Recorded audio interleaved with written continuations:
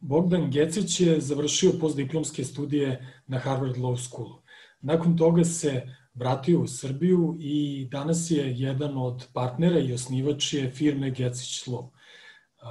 Ugledni magazin The Lawyer je proglasio njegovu firmu za firmu godine na teritoriji Istočne Evrope i Balkana. Kako od postdiplomca Harvarda do osnivača i partnera u tako uspešnoj firmi razgovaramo u 4. segmentu ovog našeg intervjua sa Bogdanom. Bogdane, kako se rodila ideja da se posle Harvarda vratiš i da osnuješ svoju kompaniju? Prvo, hvala puno na tom laskavom uvodu. Mislim, konkretno dostignuća naše sada kancelarije su apsolutno deo jednog stvarno velikog zajedničkog i timskog rada, gde, mislim, pričamo preko 25 ljudi koji rade, tako da ne bih smeo da uzmem sve zasluge.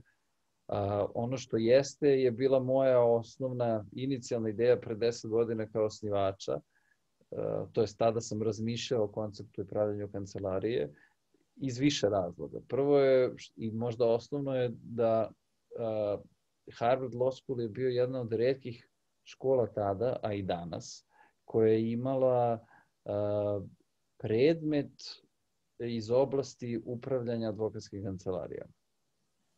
Kad kažem upravljanja, to je znači ceo menadžment, kako se kancelarije vode u smislu poslovanja, pa do vrlo složenih struktura, ortačkih odnosa unutar kancelarije, raspodele prihoda i profita, troškova i sl. Ja sam imao sreću da sam upao pošto je opet bilo jedno 5-6 različitih predavača, kod profesora koji je bio u to vreme jedan od najvećih imena na svetu za savetovanje iz oblasti poslovanja advokatskih kancelarija. I nama su dolazili na svake 2 nedelje na predavanje i na razgovor managing partneri, što bi bio ekvivalent kao ortaku koji je istovremeno generalni direktor globalnih kancelarija. To su kancelarije koje imaju od 2-3 pa do 4-5 hiljada advokata i kancelarije, to jest da kažemo ogranke u barem 10 pa preko, mogu da idu i do 30 zemalja. Tako da je to stvarno bilo jedno fantastično iskustvo. I s druge strane smo već tada puno radili i proučavali razvojni put i genezu advokature u, da kažemo, razvijenim tržištima. U to vreme privredna advokatura u Srbiji nije postojala jedva ni 10 godina, jer njen preduslov je da postoji privatna svojina i da postoji aktivno tržište, što sve u komunizmu prosto nije stvarno bilo ni potrebe za time. Tako da su se onda nekako te 2 ideje lepo poklopile, da sam shvatio koliko je to interesantno kao mogućnost da radite nešto preduzetnički u jednoj profesiji koja na zapadu već sada je dosta etablirana, a gde je kod nas ona i sada i tada bila izuzetno mlada i nova.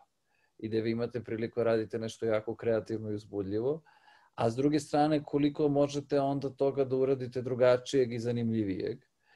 Međutim, nisam ja to odmah uradio. Ja sam prvo nakon diplomiranja imao sreće da dobijem posao u jednoj od Wall Street kancelarija iz Amerike koja je imala svoj ogranak u Briselu i ostao sam godinu dana u Briselu radeći u toj kancelariji pre nego što sam odlučio da se vratim.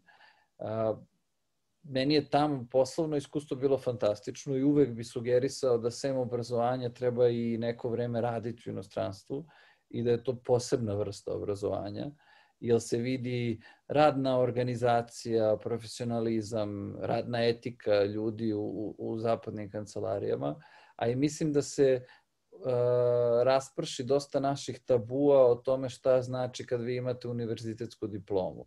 Naime, meni se barem činilo, a i nekako sam odrastao u takvom miljeu, da se podrazumevalo da kad vi imate diplomu i kad ste pod znacima navoda intelektualac, da vi imate isto tako jedno gospodsko radno vreme.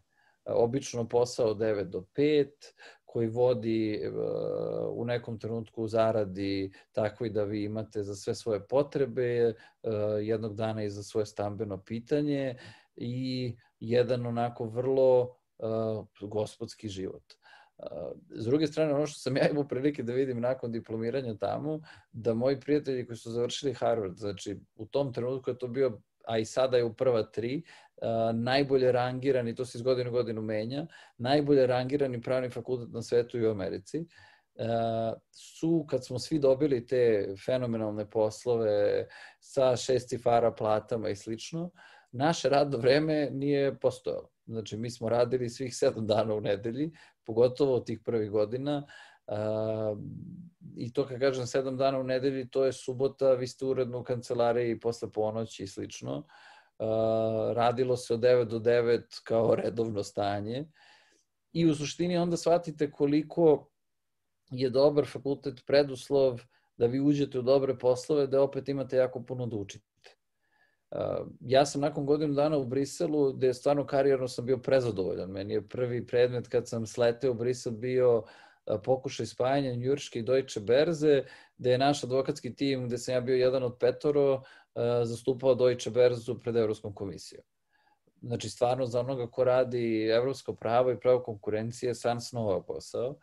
Međutim, nakon godinu dana u Briselu sam ja shvatio da taj nivo zalaganja i investiranja sebe podrazumeva da čovjek mora da odluči gde hoće dugoročno da živi i da, nažalost, tada, a donekle i danas, su razvojni putevi u zapadnoj Evropi i kod nas karijerno još uvijek dosta odvojeni.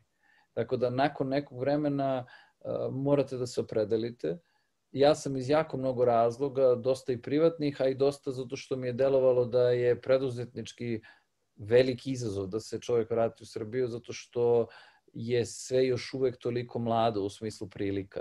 I mnogo toga nama, ne našom krivicom, nedostaje, što znači da jako puno ima mesta da možete da stvorite nešto novo, ili barem u to sam ja verovao. I ispostavilo se da sam imao sreće da je tako na kraju ispalo. Tako da ja kad sam se vratio 13. sam krenuo sa sopstvenom advokaturom u par iteracija da bismo na kraju došli u ovaj oblik u kojem je firma danas i imali stvarno sreće da radimo na jako puno većinom međunarodno profilisanih predmeta u poslednjih 7 godina.